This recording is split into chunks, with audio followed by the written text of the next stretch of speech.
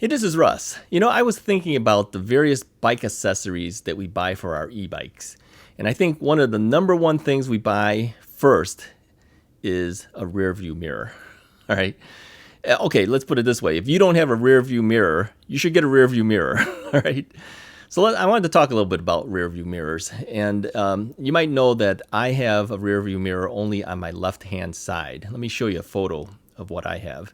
Oh, this is an interesting photo too. If you take a look, the lady who's coming towards me, I think her dog was actually in her backpack.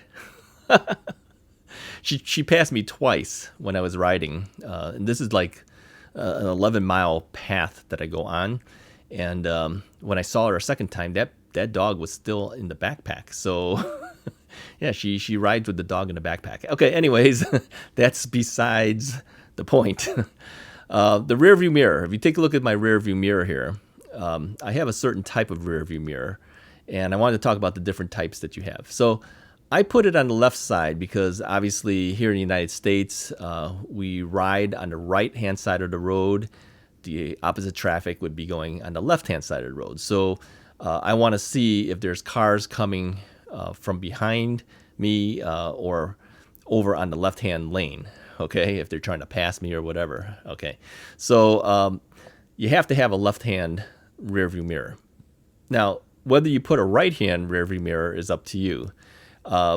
There's not a whole lot of space to put a right-hand rear view mirror on the radrover 5 because you have, you have your twist throttle is right there, and then you have your gear shifter there. There's not a whole lot of real estate left on that handlebar to put another mirror. So I didn't put a right rear view mirror on there. Now, there's different types of rear view mirrors. The one that I have actually mounts on the handlebar itself. So that means that the rear view mirror only sticks out a certain amount. And so a lot of people don't like this type.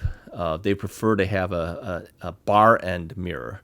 I'll show you an example of a bar end mirror here. Now, here's the thing with this type. The bar end mirrors, you don't have your shoulder in your way. I mean, if you do it the way I have it, where it's mounted on the handlebar, the rear view mirror doesn't stick out far enough, so you actually should see your left shoulder and your left arm. Okay, so the only way for me to see a clear view is I actually have to lean to the right, kind of clear that area, and then I can look at the mirror and I can see a clearer view. Okay. Now, you might think that that's inconvenient and maybe it's better to have a bar end mirror, but I'm going to give you a reason why you might not want the bar end mirror. The bar end mirror, obviously, nothing is in its way, so you have a clearer view of the back, all right? But here's what I've noticed. When I've fallen to the left-hand side, first 2 times I fell, typically what happens is your handlebar takes the brunt of that fall. Yeah, I mean, if you looked at my bike, you wouldn't even know that my bike was actually in any type of fall. And if you're falling on the street, on the pavement, you would tend to think it'd be all scuffed up. But no, it isn't. What takes a lot of that brunt is your handlebar, because the handlebar is going to fall and break that fall, okay? So if you have a bar end mirror, guess what's going to break first? Yeah, it's the mirror. Now, if you take a look at mine, you see that it's mounted on the handlebar. It may not stick out as much. It sticks out a little bit, but it doesn't stick out as much. But that thing swings inwards. It swings in, it swings out, all right? So when it fell, it kind of pushed it forward. So you might see a little bit of scrape on the edge of that mirror, but not much, because I don't have it sticking out that far. So for me, if you want the safety of not having the mirror break, and if you don't want the expense of a broken mirror if you fall to the left, right, the bar end mirror is definitely going to break. Yeah, because it's going to fall on the mirror, right? And if it doesn't break, it's going to scuff it up really good, all right? Yeah, mine, you might have a little bit of scuffle, but it didn't break it twice, all right? Now, I've fallen on the left side, I've fallen on the right side. The one on the right side, I fell purposely because my shoelaces got caught in the pedals. So I had to purposely fall to that side because, my left side, my left knee wasn't strong enough. My left leg wasn't strong enough because of the operation that I had for the knee replacement.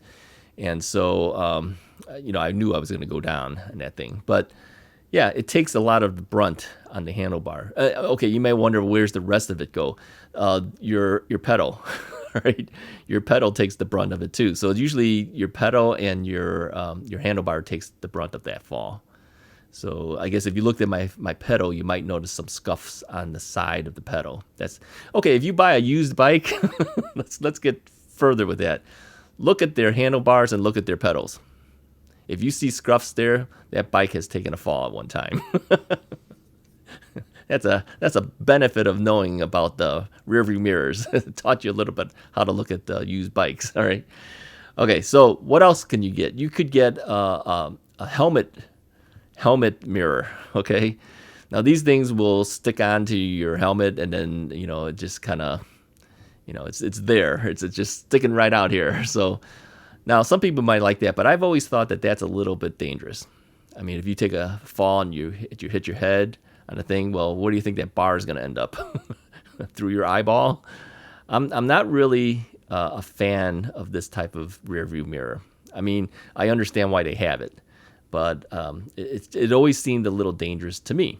I mean, maybe you have it, maybe you like it. I don't know, but it's always seemed a little dangerous in the proximity of where that's placed is really close to your eyeball. I don't want to do that. So I don't use one of those either, okay?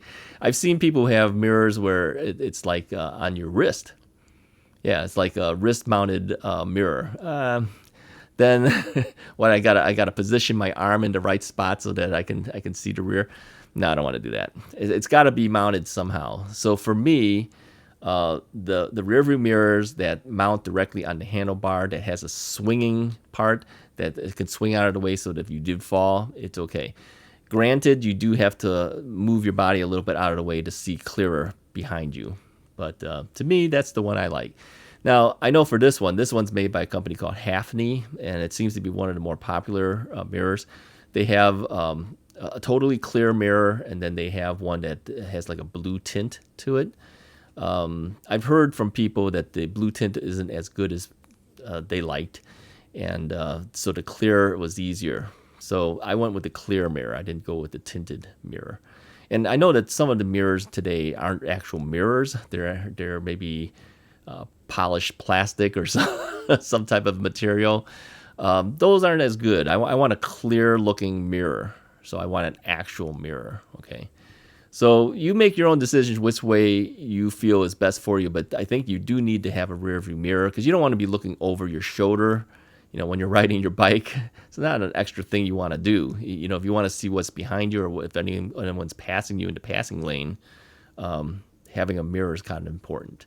Anyways, if this video has helped you, go ahead and hit the like button, hit the subscribe button, and I'll talk to you guys next time. Maybe next time we'll talk about cell phone holders.